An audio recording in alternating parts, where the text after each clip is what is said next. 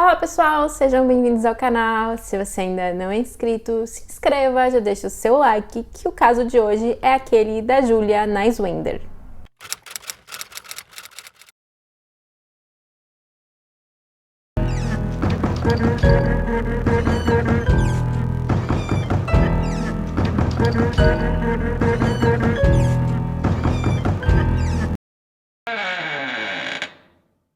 O caso que eu vou contar hoje ocorreu no Michigan, nos Estados Unidos. A Julia nasceu no dia 25 de janeiro de 1989 e ela tinha uma irmã gêmea chamada Jennifer. A mãe da Julia, chamada Kim, ela contou que ela foi abusada quando ela tinha apenas 14 anos por um amigo da família. Então ela ficou grávida das gêmeas. E até os 11 anos de idade, as meninas elas foram criadas pelos avós, pelos pais da Kim. Já que a Kim ainda era menor de idade e eles queriam muito que ela terminasse os estudos, então eles ficaram ali responsáveis pelas meninas. Então os avós foram responsáveis pela criação das meninas até boa parte da infância delas, até que a Kim ela se casou com um homem chamado Jim.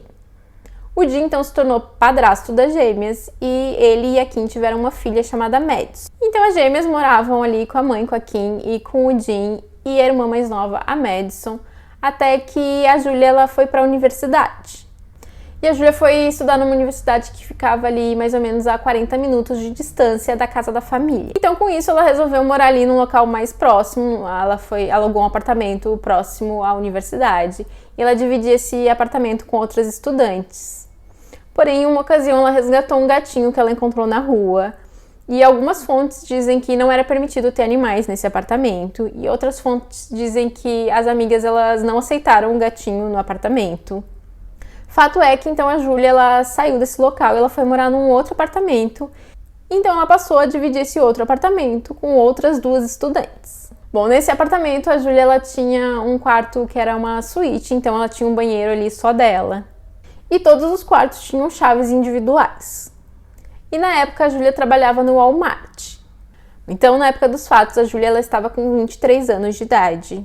E ela morava em Ypsilanti, no Michigan. E sua família em Monroe, também no Michigan. Então, no dia 6 de dezembro, ela teria se despedido ali das colegas de casa. Uma das colegas de casa também ia viajar, ela ia para Ohio visitar a família dela. E a Julia ia para casa da mãe dela, a Kim. Então as meninas se despediram e a Julia teria ido ao mercado comprar algumas coisas, algumas comidas ali para casa. Ela teria deixado essas compras no apartamento e depois seguiu para casa da mãe. E é dito que essa era a primeira vez que a família ia ter uma árvore de Natal natural.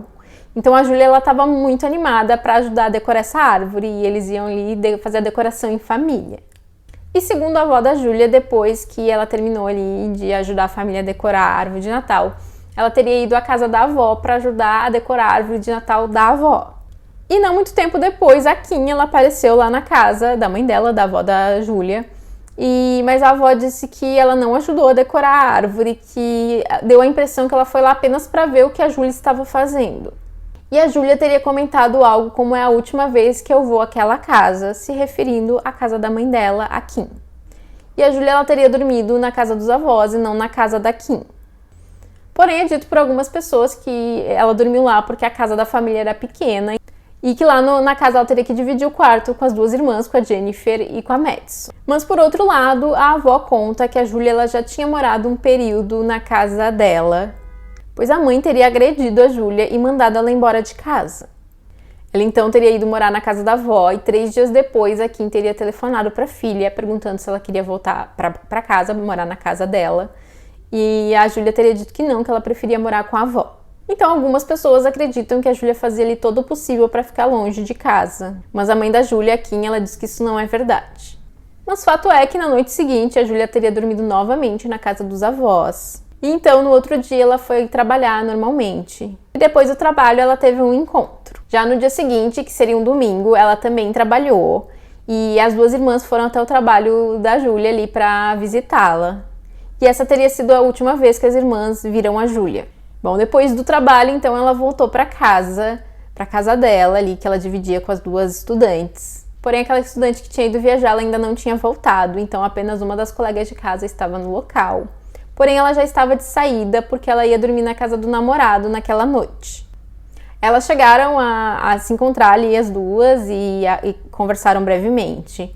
E a colega de casa disse que depois ela teria ouvido o volume da TV do quarto da Júlia bem alto, mas que ela não deu muita atenção, afinal ela já estava de saída. E nessa noite a Júlia teria mandado uma mensagem para sua irmã e também uma foto para um amigo. Já na segunda-feira, a outra colega de casa da Júlia, aquela que estava viajando, ela volta, então ela chega ali no apartamento. E ela relata que nesse dia ela teria ouvido o despertador da Júlia tocar. Ele teria tocado várias vezes, mas ela disse que ela não achou isso estranho, porque era normal que a Júlia colocasse ali o despertador para tocar a cada 5 minutos. Ela não costumava acordar ali na primeiro toque do despertador. Porém, quando passou um tempo e já estava na hora delas saírem ali para a universidade, ela então bateu na porta do quarto da Júlia porque ela iria se atrasar. Porém, a Júlia não teria respondido. Mas como ela também tinha que ir para a aula, então ela acabou saindo do apartamento sem acordar a Júlia. E a Júlia ela não compareceu às aulas naquele dia, o que era um pouco fora do comum, porque é dito que a Júlia era uma estudante bastante dedicada. E ela também não compareceu ao trabalho. E mais tarde havia um evento do trabalho, no qual a Júlia ela teria combinado ali com alguns colegas que ela daria carona para eles. Então, quando ela não compareceu, os colegas também acharam aquilo ainda mais estranho, porque ninguém teve notícias dela o dia todo. Então, com isso, eles avisam a mãe da Júlia, a Kim. A Kim, então, ela liga para a filha, ela tenta contato ali com a filha, mas ela não consegue. Então, ela pede para uma amiga dela que estudava ali na mesma universidade que a Júlia, e ela morava ali mais próximo da casa da Júlia, já que a mãe levaria ali cerca de 40 minutos para chegar até o apartamento. Então ela pede para essa amiga ir verificar se estava tudo bem com a filha. Então essa amiga, quando chega ao local, ela conversa ali com uma das colegas de casa. Só que a porta do quarto da Júlia estava trancada, então elas conversam com o síndico ali do prédio. Porém, ele diz que não tem autorização para abrir a porta do quarto da Júlia. E ele aconselha elas que elas liguem para a polícia. Então elas fazem isso e a polícia vai até o local e eles entram ali no quarto da Júlia. E eles percebem que haviam diversas coisas reviradas ali no quarto, como se alguém tivesse tentado furtar algo ali do quarto. Porém, todos os pertences de valor da Júlia estavam ali, que era o tablet, a sua televisão. E mais tarde eles verificaram que estava faltando apenas uma fronha e as chaves da Júlia. Já ao entrar no banheiro, eles encontram o corpo sem vida da Júlia submerso na banheira. Ela estava de barriga para baixo e as suas roupas haviam sido cortadas. E o celular da Júlia também é encontrado embaixo do corpo dela. E ela tinha marcas nos pulsos e nos tornozelos, como se ela tivesse sido amarrada. Porém, no momento que o corpo foi encontrado, ela já não estava mais amarrada e o material que tinha sido usado para amarrá-la não estava no local também. E ela perdeu a vida por asfixia por conta do afogamento. Porém, ela teria ficado sem oxigênio antes de ser colocada na banheira. Então, a polícia ela constata que ela não tinha perdido a vida de uma forma acidental, e sim que aquilo teria sido um crime. A família é avisada e eles vão até o local. A polícia conversa com as colegas de casa da Júlia e com aquele jovem que teve um encontro com a Júlia em um dos dias anteriores. E todos eles são descartados como suspeitos. Não havia nenhum sinal de entrada forçada nem no apartamento, nem no quarto da Júlia. E como eu falei antes, a porta do quarto da Júlia na verdade estava trancada. Então é possível que o criminoso ele tenha ali levado as chaves com ele. Então quando ele saiu ele tenha trancado o quarto. Na cena do crime eles tinham encontrado também uma luva descartável. E nessa luva foi encontrado 3 DNAs. Um estava em uma mancha de sangue e foi identificado como sendo da Júlia. O outro não tinha uma quantidade suficiente para ser identificado, mas foi possível constatar que era um DNA que pertencia a um homem. Já o terceiro, ele era possível de ser identificado, também era de um homem, porém era de um homem diferente do anterior. E esse terceiro DNA podia ser testado caso eles conseguissem ali o DNA de algum suspeito. E um fluido seminal também foi encontrado no corpo da Júlia e pertencia a um homem que tinha feito vasectomia. Com isso, a polícia passa a acreditar que o criminoso possivelmente seria um homem mais velho e não um homem ali da mesma faixa etária da Júlia. E não demora muito para o padrasto da Júlia, o Jim, se tornar um suspeito. O Jim, além de ter feito vasectomia, ele também tinha ali uma empresa de limpeza e eles usavam luvas descartáveis como a que foi encontrada no local. E uma amiga da Júlia teria relatado que a Júlia tinha contado a ela que o padrasto algumas vezes agia de uma forma inapropriada com ela. e que em uma ocasião ele teria inclusive se referido a Júlia como namorada dele. Porém, quando chamada para dar um depoimento oficial, ela disse que, na verdade, ela nunca tinha falado isso. E os avós da Júlia, eles disseram que algumas vezes a Júlia ela trabalhava nessa empresa de limpeza do Jim para ganhar um dinheiro extra. E que nesse dia ela teria que ter comparecido lá à empresa que ela tinha um trabalho para fazer. E a mãe da Júlia, apesar de ter dito que realmente em algumas ocasiões ela trabalhava lá na empresa do Jim, naquele dia ela não tinha nenhum trabalho para fazer na empresa de limpeza. E os avós, eles parecem bastante desconfiados do envolvimento do Jim no crime. Porém, a mãe da Júlia, a Kim, ela defende 100% o marido. Isso teria causado diversos problemas ali na família.